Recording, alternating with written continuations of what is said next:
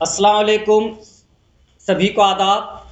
आज press conference बुलाने का मेरा अहम मकसद ये है कि रियासत कर्नाटक के अंदर सेंट्रल गवर्नमेंट और स्टेट गवर्नमेंट की जानिब से मौलाना आज़ाद इंग्लिश मीडियम स्कूल का क़याम किया गया है।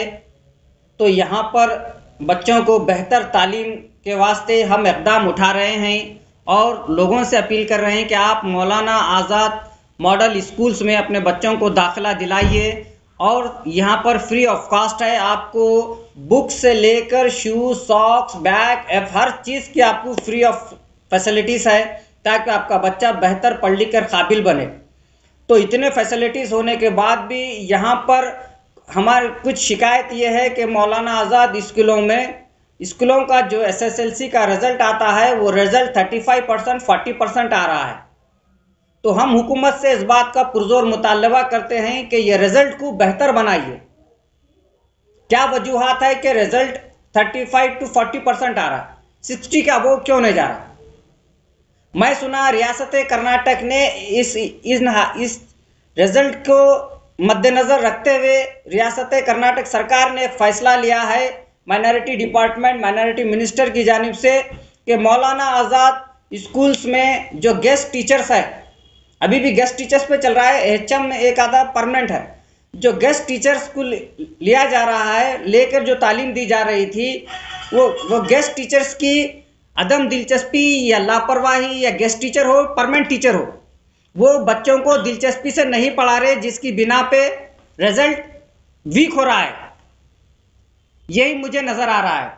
और हुकूमत का जो फैसला है कि हुकूमत ने एग्ज़ाम रखा है, इस साल गेस्ट टीचर के वास्ते एक एग्ज़ाम रखा है। हुकूमत ने एग्ज़ाम रखने के इक़दाम उठाए हैं और हाल टिकट आज डिस्ट्रीब्यूट हुए हैं। तो मैं चाहता हूं कि हुकूमत एग्ज़ाम को कंडक्ट करे ताकि जो टीचर्स क्वालिफाइड होंगे, जो टीचर्स जिनमें एबिलिटी होंगी, जिनके अंदर वो खूबी होंगी, वो काबिलियत होंगी, वो एग्ज़ाम पास करेंगे। जिसके अंदर बेहतर नॉलेज होगा वो एग्ज़ाम पास करेंगे और जो सो ना बच्चों को बेहतर तालीम देंगे। एग्ज़ाम का होना ज़रूरी है। कैसा हो रहा है, MLA के रिकमेंड पे आ जा रहे, MP के रिकमेंड पे आ जा रहे, MLC के रिकमेंड पे आ जा रहे, ऑफिसर को ऊपर दबाव पड़ रहा, हेडमास्टर को ऊपर दबाव पड़ रहा, मेरा रिकमेंड तेरा रिकमेंड, वो रिकमेंड के ऊपर आ जा रहे और वो ड्यूटी सही नहीं करे, रुबाब बता रहे मैं मिनिस्टर के रिकमेंड पे हूँ, मैं MLA के रिकमेंड पे हूँ। टीचरों में पॉलिटिक्स क्यों भाई? स्कूलों में पढ़ाने के वास्ते आ रही हैं, आप पढ़ो। कोई MLA मिनिस्टर का रिकमेंडेशन नहीं होना चाहिए। एग्जाम होना, एग्जाम में तुम पास होना, एग्जाम पास हुए के बाद तुम बेहतर तालीम देना। हुकूमत ने जो एग्जाम का फैसला लिया है वो काबिल कबूल है, बेहतर फैसला है।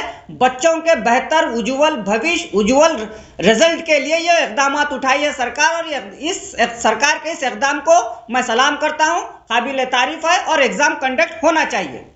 कुछ लोग एग्जाम कंडक्ट नहीं होना चाह रहे, डायरेक्ट जो है ना पुराने टीचर्स को ही रखने की बात कर रहे। वो पुराने टीचर्स अगर काबिल रहते, अच्छे रहते, अच्छी मेहनत करते तो ये रिजल्ट क्यों वीक होता? हमें भी जो सुना नहीं है कि किसी को तकलीफ देना नहीं चाहता वसीमुद्दीन किरमानी।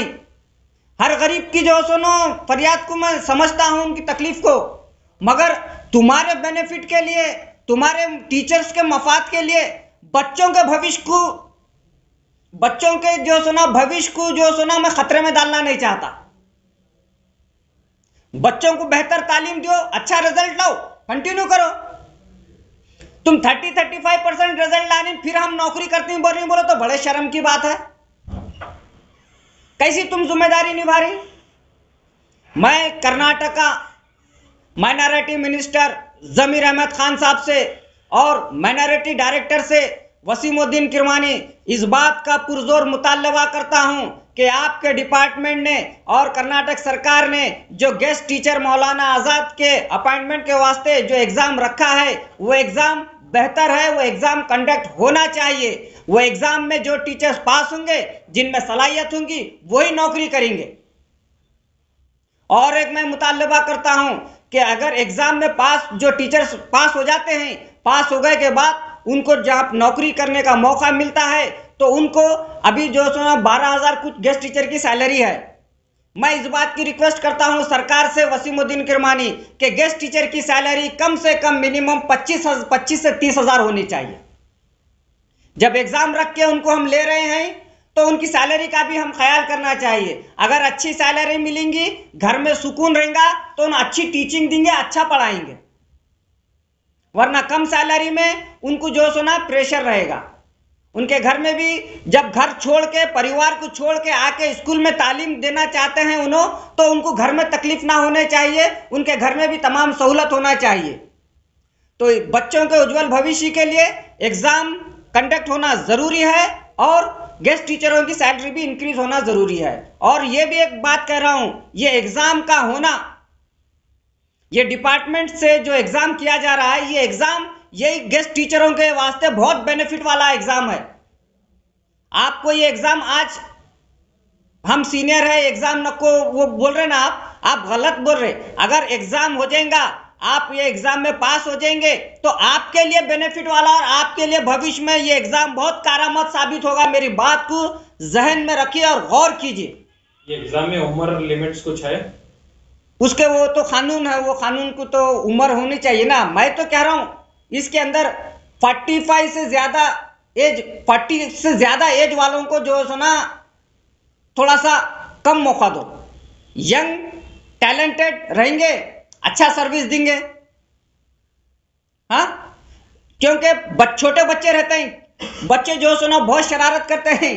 अगर 45 क्रॉस 50 क्रॉस के टीचर्स रहेंगे तो बच्चों को जो सुना जहनी तरीके से उतना कंट्रोल नहीं कर सकते। वो क्या हो जाता है, कंप्यूटर के दौर के बच्चे हो जाते हैं, रेडियो के दौर के टीचर हो जाते हैं। ऐसा नहीं होना चाहिए। तो टीचर भी जो सुना यंग और डायनामिक होना चाहिए, टैलेंटेड होना चाहिए। बच्चे जो सुना 6, 7, 8, 9, 10 के बच्चों की एज कम रहती है, बच्चे बहुत टैलेंटेड रहते हैं, तो उनको टीचर्स भी अच्छे टैलेंटेड होना चाहिए। बस ये लास्ट में और एक बार मैं ज़मीर अहमद खान साहब से रिक्वेस्ट कर रहा हूं कि ज़मीर अहमद खान साहब, आप बिलखुसूस माइनॉरिटीज़ के, मुसलमानों के बच्चों के उज्जवल भविष्य के लिए बेहतर इक़दाम उठाए हैं और एग्ज़ाम कंडक्ट करने का जो आप इक़दाम लिए हैं काबिल तारीफ़ है। हम आपके साथ हैं। ये एग्ज़ाम आप कंडक्ट कराइए, बेहतरीन क्वालिफाइड टीचर्स को सिलेक्शन करके बच्चों को उज्जवल भविष्य के लिए स्कूलों में आप भेजिए। शुक्रिया। खुदा।